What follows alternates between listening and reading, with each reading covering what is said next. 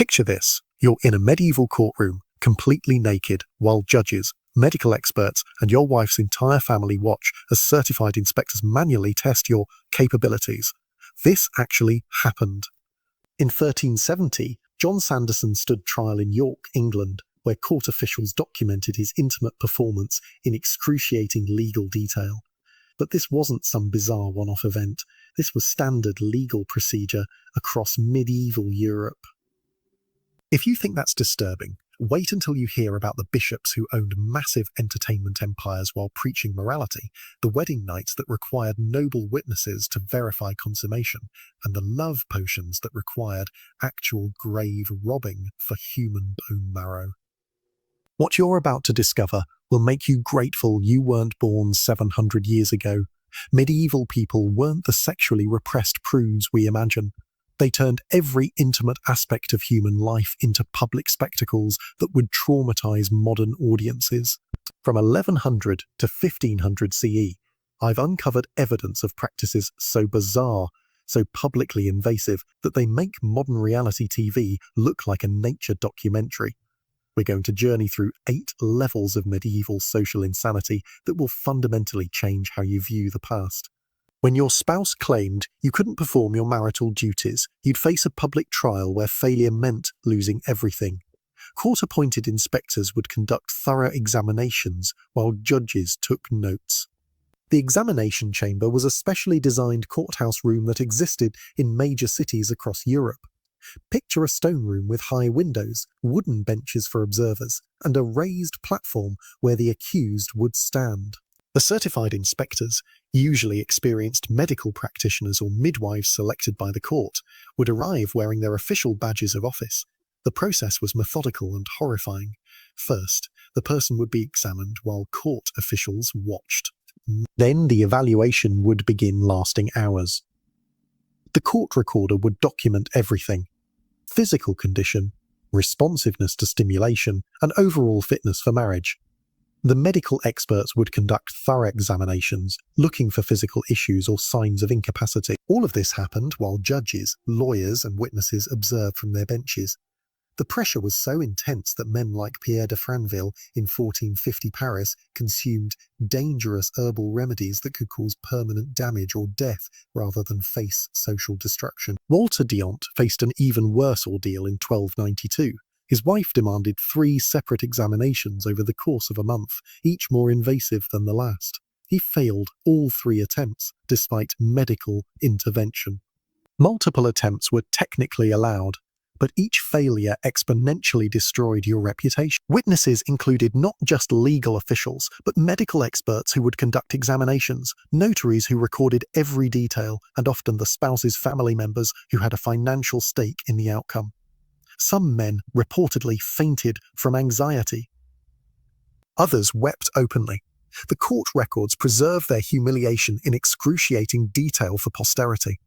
Statistical evidence from court records suggests there were over 200 fitness trials per decade in major cities like London, Paris, and Florence. The success rate for maintaining marriages after being accused was less than 30%. Royal wedding nights weren't private affairs either. When 15-year-old Margaret of Anjou married King Henry VI in 1445, 23 nobles, clergy members, and court officials crowded into the royal bedchamber to witness the consummation. They weren't just present in the building or waiting outside. They were in the actual room, positioned around the curtained bed, listening for sounds and watching for movement that would indicate successful union. The Archbishop of Canterbury stood at the foot of the bed, blessing the union while the young couple attempted intimacy for the first time. The ceremonial preparation process was a horror show of public humiliation disguised as celebration. First came the undressing ritual. The bride and groom would be disrobed by their respective relatives, while wedding guests sang songs and made crude jokes. Every item of clothing removed was accompanied by cheers and inappropriate comments. vines. The bride's mother and aunts would remove her dress, commenting on her body's readiness for childbearing. The groom's male relatives would undress him while making jokes about his capabilities. Then came the procession to the bedchamber. The couple would be led through corridors filled with drunk wedding guests who would throw things at them, supposedly for fertility, but often just for humiliation. They'd be forced to drink blessed wine mixed with allegedly enhancement herbs. They'd eat special foods like oysters and honey cakes, all while enduring constant commentary from the crowd. The priest would then bless the bed itself, sprinkling holy water on the sheets where consummation would occur. When Catherine of Aragon married Prince Arthur in 1501, 6 high-ranking nobles were required to witness the consummation. The Spanish ambassador insisted on being present to ensure the alliance between England and Spain was properly sealed. When Arthur emerged from the bedchamber the next morning, he famously declared he had been in Spain and demanded ale because marriage is thirsty work. Whether he actually consummated the marriage became a matter of international dispute decades later during Henry VIII annulment proceedings. Louis Antoinette's wedding night in 1770 was even worse. The Archbishop of Reims stood in the bedroom, along with various French nobles, while the teenage couple fumbled through their first intimate experience. Court records indicate it took 7 years before they successfully consummated the marriage, 7 years of repeated public attempts with witnesses present. The psychological damage of such public pressure on intimate performance is unimaginable. The verification methods went beyond just witnessing the act itself. The next morning brought fresh humiliations. The sheets would be displayed publicly, hung from windows or paraded through the castle. The bride would be examined by midwives who would check for physical signs of consummation. They would then swear legal oaths about what they found. These testimonies were recorded in official documents that survive to this day. The hypocrisy gets even more disturbing when you realize the same bishops preaching moral purity own the largest adult entertainment operations in medieval Europe. The Bishop of Winchester didn't just tolerate adult entertainment, he ran the largest such empire in medieval England. 18 separate establishments in Southwark, just across the Thames from London, employed over 1,000 women known as Winchester geese. These weren't hidden operations. They had official signs, published price lists, and the bishop's coat of arms displayed prominently above the doors. The profits from these establishments funded the construction and maintenance of Winchester Cathedral. Every prayer uttered in that holy space, every hymn sung to God's glory, was literally paid for by the entertainment industry. The Winchester operation was a sophisticated business empire. The establishments weren't random houses. They were purpose-built facilities located in Southwark's Liberty of the Clink, an area under the bishop's direct jurisdiction. The buildings had distinctive architecture with large windows facing the street where women would display themselves. The famous Boar's Head establishment could accommodate over 100 customers per night. The Cardinal's Hat specialised in higher-class clientele, charging premium rates for clean women's certified disease, free by the bishop's physicians. The bishop's officials maintained detailed records that survived in church archives. Weekly profit reports showed earnings of £20 to £40 per establishment, equivalent to hundreds of thousands in modern currency. The licensing system was remarkably bureaucratic. Women needed official permits renewed annually for a fee. They paid weekly sin taxes directly to the church coffers. Special fees were charged for working on holy days, though adult entertainment was technically banned during Lent, a ban widely ignored with payment of additional fines. The recruitment system was especially disturbing. The annual goose fair was ostensibly a hiring fair for domestic servants, but everyone knew its real purpose. Each transaction was taxed with the church, taking typically 30 to 40% of gross revenues. The bishop's physicians would conduct weekly medical inspections, checking for visible signs of disease. Women who passed received official stamps of approval. Those who failed were banned from working until cleared, though they could pay bribes to continue operating. Protection services were another revenue stream. The bishop's guards would patrol the entertainment districts, preventing violence against the women for a fee. The Winchester operation wasn't unique. In Avignon, the papal entertainment complex operated directly under Vatican control during the Avignon papacy. The Pope's treasurers collected taxes that funded papal armies. The building still stands today, its papal coat of arms carved in stone above the entrance. Church records show it employed over 200 women at its peak, with special rooms reserved for visiting church dignitaries. German bishop establishments formed virtual chains across the Holy Roman Empire. The Archbishop of Mainz controlled similar operations in 6 different cities. The Bishop of Strasbourg owned 4 establishments within sight of his cathedral. These weren't secret operations. They advertised openly, competed for customers, and paid their taxes directly to church treasuries. The theological justification for this blatant hypocrisy reveals the twisted logic of medieval Christianity. Church fathers cited Augustine's doctrine of such activities as a necessary evil, like sewers, unpleasant, but required for a functioning city. Thomas Aquinas argued that these services prevented worse behaviours like assault, adultery, and other offences.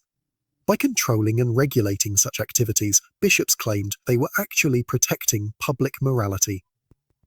Medieval doctors literally prescribed physical satisfaction as medical necessity for conception. According to medieval medical theory, your great-great-grandmother couldn't get pregnant without experiencing satisfaction. This wasn't some fringe belief. It was accepted medical fact taught in universities and written in medical textbooks. The two-seed theory held that conception required contributions from both partners, and women only released their contribution during peak experience. The medical theory came from ancient Greek physician Galen, whose ideas dominated medieval medicine. He taught that women had internal reproductive organs that produced female contribution to conception. Just as men released their contribution through satisfaction, women needed to reach peak experience to release theirs. The medieval medical establishment took this further, creating elaborate theories about the nature of female response. Medical texts provided exhaustively detailed instructions. The most popular was the Trotula, a compilation of women's medicine that included specific techniques for achieving female satisfaction. Physicians recommended gentle stimulation with sweet-smelling oils and careful attention to sensitive areas.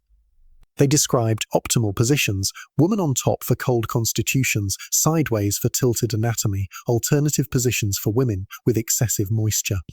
Physicians developed tools and techniques that would make modern therapists blush. They prescribed specially designed warming devices, essentially medieval stimulation aids made from polished wood or ivory. Herbal preparations containing mint, pennyroyal, and other heating herbs were applied before intimacy to increase sensitivity. Massage oils with cinnamon and pepper were used to increase blood flow. Midwives became intimate coaches, teaching couples bedroom techniques with startling frankness. They used illustrated manuscripts showing positions designed to maximize female pleasure.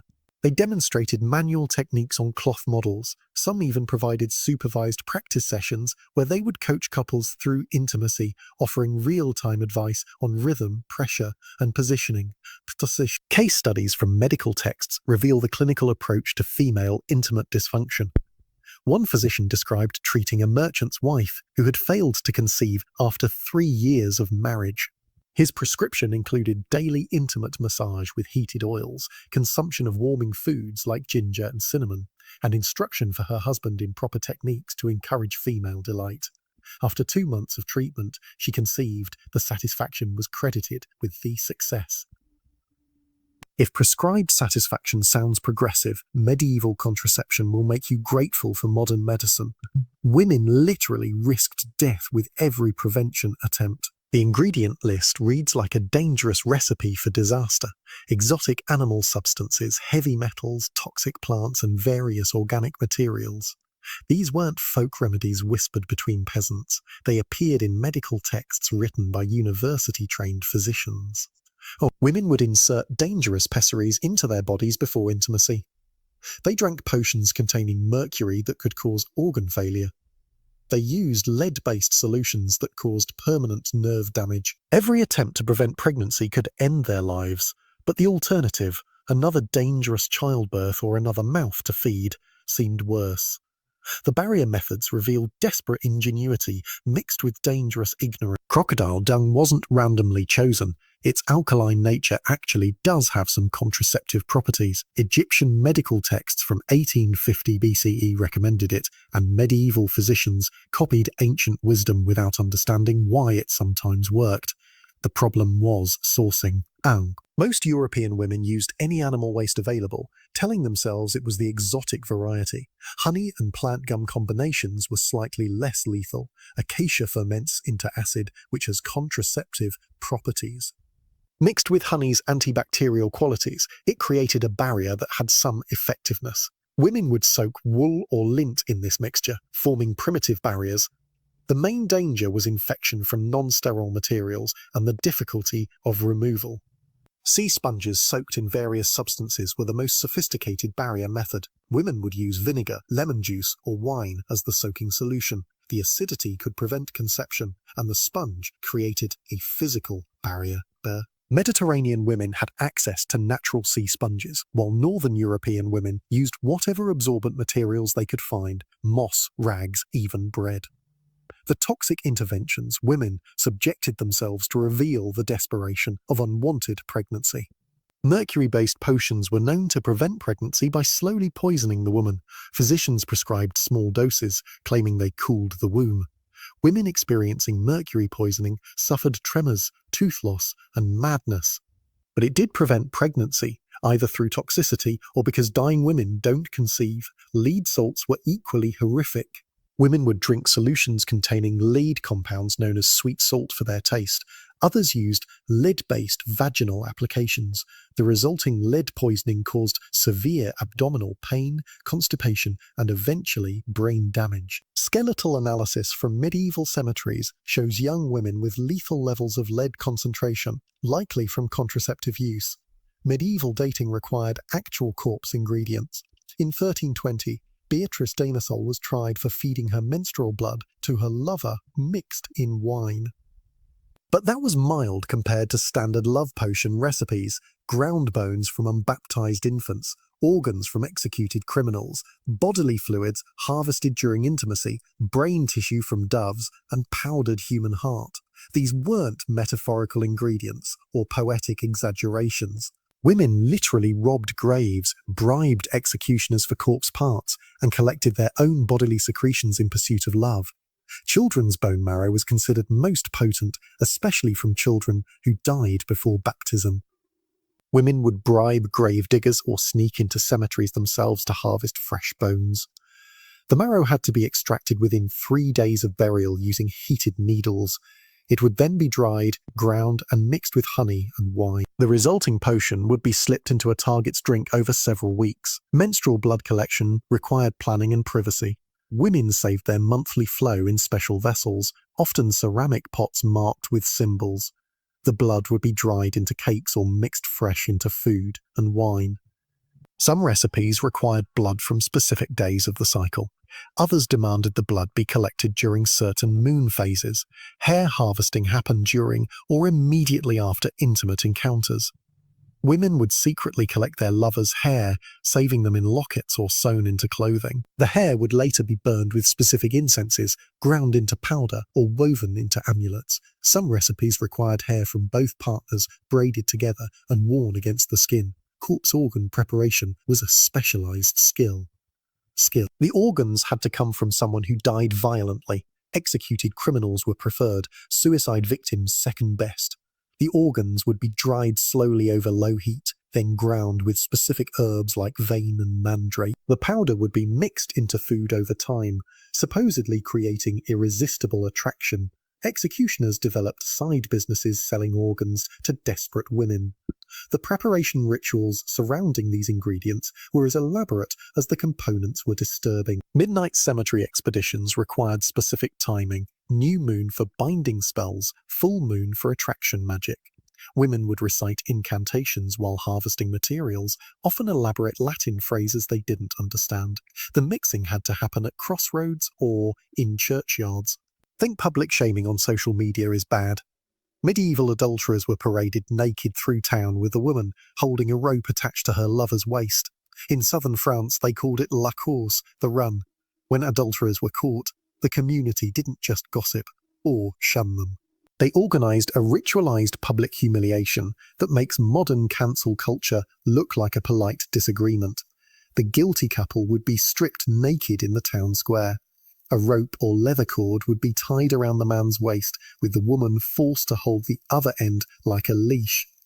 Then they'd run through a prescribed route through town, while citizens lined the streets with whips, rotten vegetables, and chamber pots full of waste. Medieval cancel culture involved actual whips and very literal control over your partner.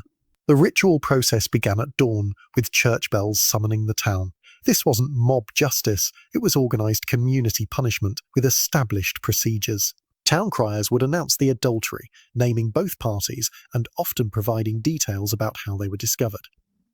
The guilty pair would be brought to the main square where officials would supervise their public undressing.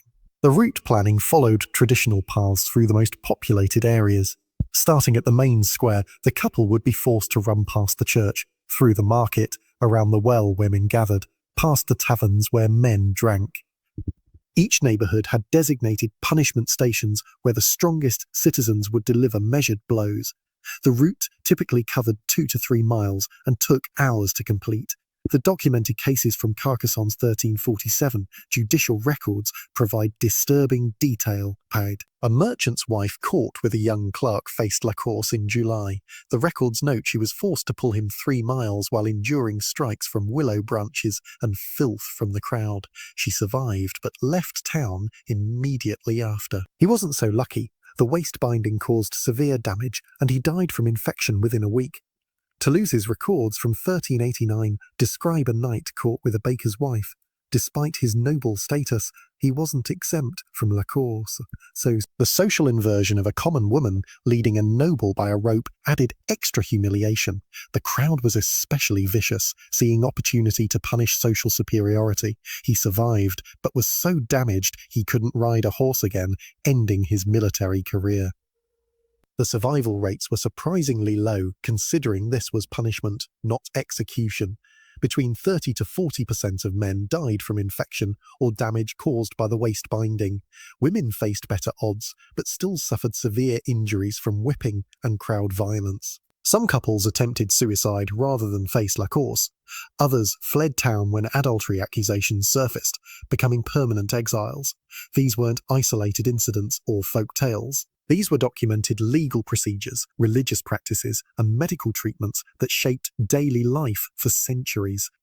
We've gone from capability examinations in courtrooms to medical privacy, from witnessed consummations to honeymoon suites, from bishop-owned entertainment to criminalized industries, from deadly love potions requiring grave robbing to dating apps, from rope-leash adultery runs to online shaming. The medieval world shows us the nightmare of intimacy without privacy, but also reveals that human desires haven't changed. Only our methods have evolved. Medieval people weren't fundamentally different from us. They just lived in a world where privacy hadn't been invented, where intimacy was communal property, where your body could become public evidence. What this reveals about human nature is fascinating. The desire for intimate satisfaction, the need for romantic connection, the impulse to control fertility, the tendency to publicly punish transgressions, these constants persist across centuries. Only the methods change. We've traded communal humiliation for private anxiety. Instead of fitness trials, we have performance anxiety. Instead of witnessed consummation, we have wedding night pressure. Instead of public adultery punishment, we have private relationship destruction. Next time you complain about awkward dating, remember the alternative involved grave robbing for love potion ingredients. When modern contraception seems inconvenient, be grateful you don't need exotic animal substances. If you suffer from performance anxiety, at least it's not being documented by court scribes. When your wedding feels stressful, be thankful relatives aren't watching consummation. The privileges we take for granted would seem miraculous to medieval people. Privacy in intimate matters, safe and legal contraception, medical confidentiality, consensual relationships without economic desperation, the right to intimate, autonomy, judicis ornami, freedom from public humiliation for private choices. Privacy in intimate matters isn't an ancient right. It's a modern miracle we should never take for granted. The medieval world reminds us that what we consider natural human rights are actually recent innovations that took centuries to develop. However awkward your romantic life might be, at least you're not being led naked through town by your waist while neighbours throw waste. History really puts things in perspective.